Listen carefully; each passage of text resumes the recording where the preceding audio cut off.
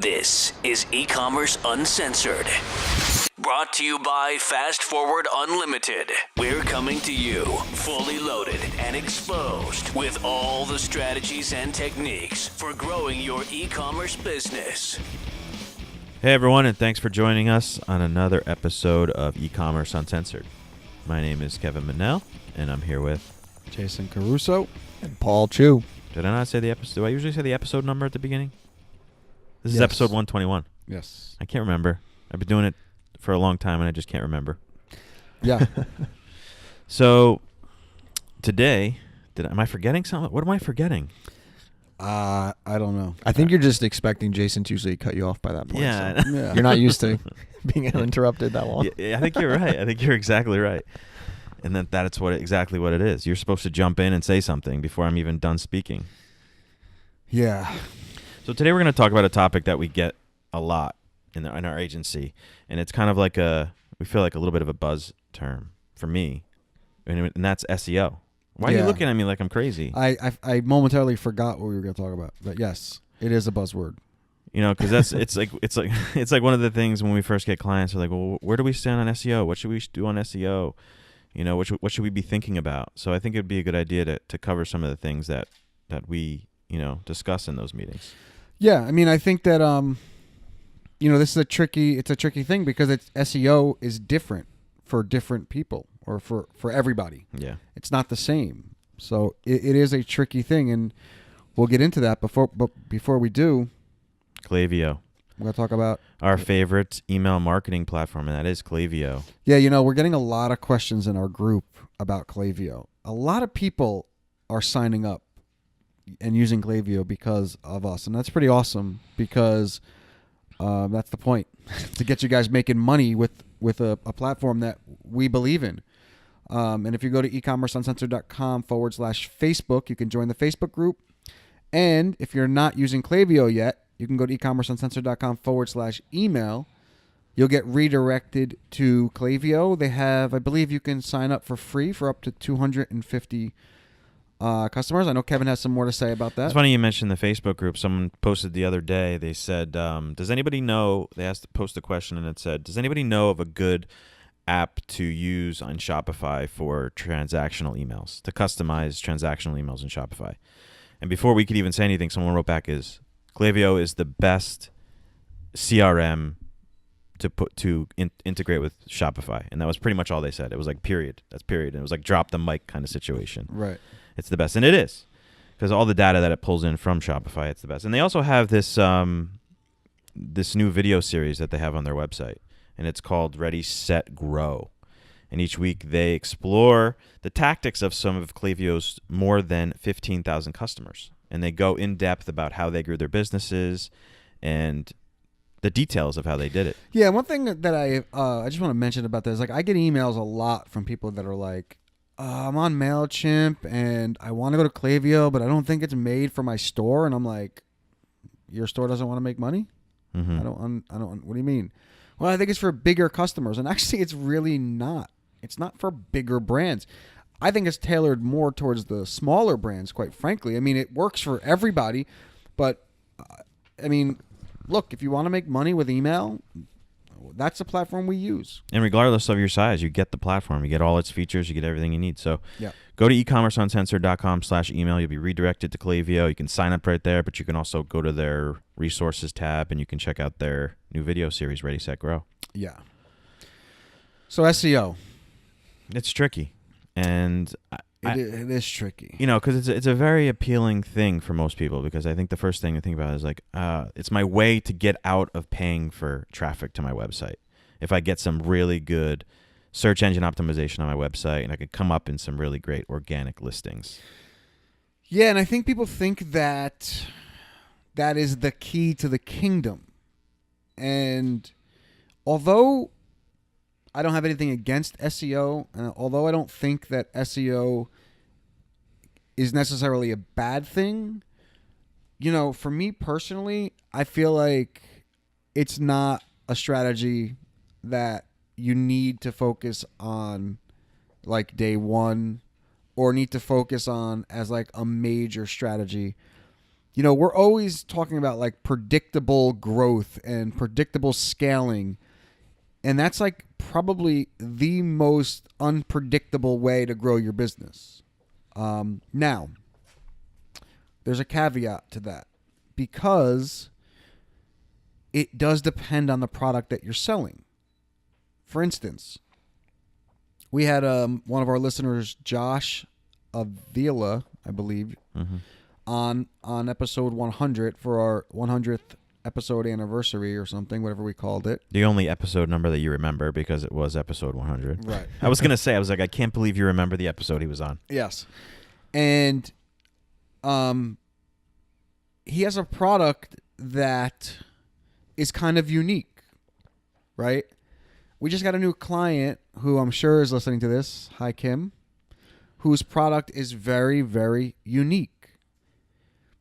That SEO value for ranking for a word for a product that is very unique has a much different ranking value than a product that people are actually looking for. For example, if you own let's say a car dealership, let's say you own a Maserati car dealership, and there's 5 other competitors in your general vicinity, right? Ranking number 1 for Maseratis in New Jersey there's much more weight on that than ranking number 1 for, say, a product that no one really knows about, right? Because if people are searching for something, they know what they want, and there are other people selling the exact same product, being number 1 is a big deal. Especially with the price point. To your point, it's like price point to your point. Right. If someone searches car for sale in Google, and your Maserati dealership is coming up number 1, do you really think that someone looking for car for sale is really looking for a $150,000 Maserati? No, right, and that's the thing. Like, these SEO companies, they're not. I don't want to say they're lying or that they're bad. They're not. They're gonna do exactly what they tell you they're gonna do. Now, whether or not that means anything once they do the thing that you hired them to do, that's a totally different thing. And I think that Google's also getting pretty smart. Right. I think Google also knows not to rank a Maserati dealership for a car search in Google. Right. Right. Yeah. Like they know that. So you can try as hard as you want, but, it's not going to bear much fruit on multiple, levels. Well, it's also getting to the point. We talk about Facebook, being a business, and they want to make money just as much as Google wants to make money. So to be able to rely on an organic listing for your product is I say rely on it, and it's like you can't make it your sole purpose. It's to like, I want to be ranked number 1 for t-shirts. Like that can't be your marketing goal, because Google could say like, I don't want you to rank for that anymore. I want you to have to pay for that search engine ranking. And they could do that. I mean, I don't know that they would necessarily be that malicious, but they could potentially do that to you. Yeah, and Amazon is always going to outrank you. That's true too. I mean, no matter what you do, they're always going to outrank you. I believe the new client that we had, or we just got, I think she said that a certain SEO company guaranteed that she would be like 2 or 3 underneath Amazon. Yeah. Right? I think. I could be making that up. I don't remember that. But it is. It's like, and I have another client that sells recycling bins, and he's always wanted to come up for that term recycling bin, and it was always like Home Depot, Walmart, Amazon, Rubbermaid, like these big huge players. But when you look at when you actually evaluate his search traffic and his data that he has, maybe more specific search terms, it'd be more worth his while to go after the specific problem that his product solves, like recycling bins for schools or custom recycling bins and things like that. That would be better suited even a search result for him, because usually you type in recycling bin, someone's looking for like a little bucket that they could put in their kitchen counter. And Amazon is not going to rank for those words. right? Amazon is going to rank for recycling bins or best recycling bins or top recycling bins or that kind of stuff. Like, you know, you're going to have a much better chance of ranking for like things like lightest, recycling bins, that are in the sun or for the sun or something, something like a longer tail word like that. Mm-hmm. And we were talking about it before with Paul, because he was asking these questions too, and you'd be surprised, because you guys don't have the information that we can see over and over again for different clients, but the amount of volume that these longer tail search terms get that you wouldn't think, oh, no one's going to type in a blue recycling bin for my school hallway. Like, that's obviously just an example, but people do search for those things. Well, the search is starting to change a little bit, right? Search used to be that you would put in like, I want, or just like recycling bin. Now people are asking Google questions. Yeah, I remember seeing an article or hearing a podcast where they talked about that years ago, Google didn't really execute as efficiently when you search like a full phrase. Like, you had to just put in like the main keywords, but now it operates almost better if you ask a question or like say it in a sentence. Yeah, and it's true, because I don't think I've ever, at least I don't remember in the near, like recently, that I put in like just one word. Mm-hmm. I'm like almost putting in too many words where like it's becoming too Right. much, because I want a very specific answer to a very specific question. Mm-hmm. And when you're trying to like fight Amazon for these top, shorter tail keywords like cars or like cars for sale or like stuff like that, it's very difficult to fight these big guys. And I think these big box stores and the Amazons, Walmarts, and Home Depots and stuff like that have kind of trained us to do that, because in somebody's head, they know if I just type in trash can, I'm going to get Home Depot. I just know, and that's not what I want. Mm-hmm. I don't want to go to Lowe's. I know I can go to Lowe's to get it something like that, but I want something unique. I want something different that I just can't go to the store and buy. Yeah, and the other thing that when you search on a website, it's one word. Mm-hmm. When you search in Google, Right. it's a phrase. It gets more specific once you've landed on the place where you want to go. Yeah, so it's like a kind of like an interesting thing. Like, but yeah, I mean, look, I think that SEO, if it's done properly, will work for some businesses. And for others, that same strategy is useless. And, there's one thing that like we come across a lot that I wish that our clients, and you can't blame them because they just don't know, is like every situation is different for different products, right? Like what works for one doesn't work for another. What works for this company may not like bear any fruit for this one. So like you hear these like, we want SEO, but like what does that really mean? I mean, if you're selling a widget that like nobody knows about, like rank all you want, Right. Mm-hmm. And then if you rank for something that doesn't make any sense, it's not going to help you. Right, because if you put all your eggs in this SEO basket and you have this unique product, this unique brand, and you want to come up and you end up somehow getting ranked number 1 organically for, say, T-shirts. T-shirts is a little bit not a good example, but or shoes. Let's just say sneakers. And then you have this funky brand name sneaker that people see when they click on your organic listing, and they're like, I've never heard of these guys. Like, why would I buy from them? So you almost have to, we always tell them to work it side by side and build the brand through value. You create content, create blog posts, create the videos, reach out to influencers, get them to drive traffic to your website, do all these things organically, and the organic traffic, the right organic traffic will come. Yeah, and if you figure out the marketing side of it, you can easily scale that. You can easily just spend more money or open up the ads to a new audience. Mm-hmm. I mean, we just had an incident where Google like removed a product from a product feed, and it completely threw everything out of whack. Mm-hmm. And everybody's like, "Well, what the hell's going on?" And it's like, we don't know. I mean, and because they have a mind of its own, and We had I had a Facebook, to just not to change topics too much, but I had Facebook Cam just completely shut down our account for no specific reasons because these things are run by machines and they make mistakes. Yeah, and well, they read things right. Right. They read things the wrong way, or like they read one thing one way and another thing another way. I mean, there's a whole host of reasons why things can happen, and if you're ranking for SEO and you're making tons of money through that or from that, and then the next day, Google gets a stick up their ass and they say, well, you're not ranking anymore. Now your business is gone. Mm-hmm.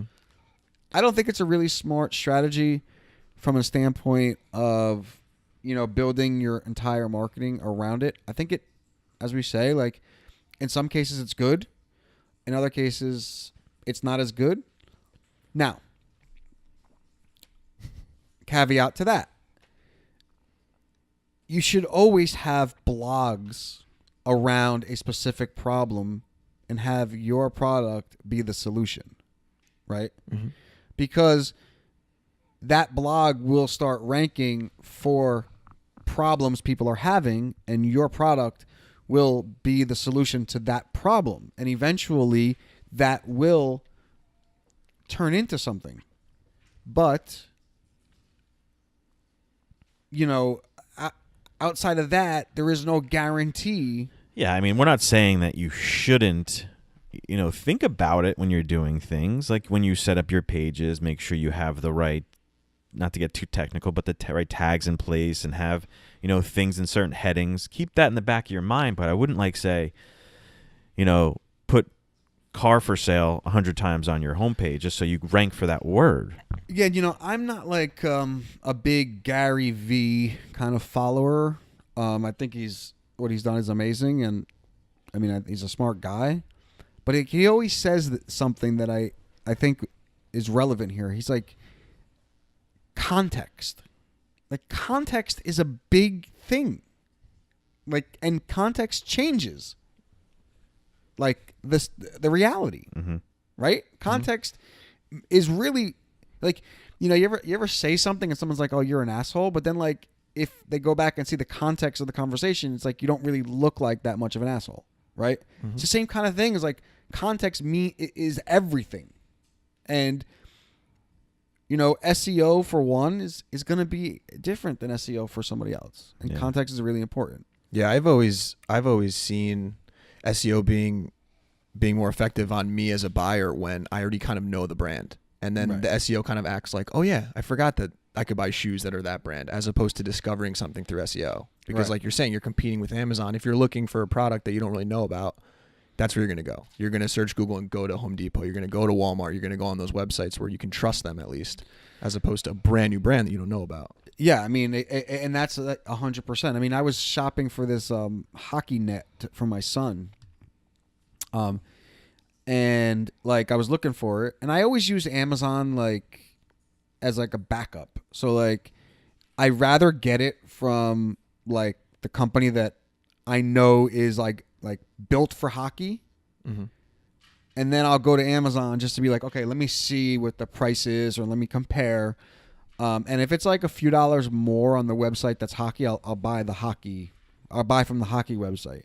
But in this particular case, the hockey website wasn't like giving me any free shipping. There was like nothing. It's like, so like the shipping was $15, and I'm like, well, let me just find the exact brand, like thing on Amazon, and like free shipping, the tax was different, all this other kind of stuff.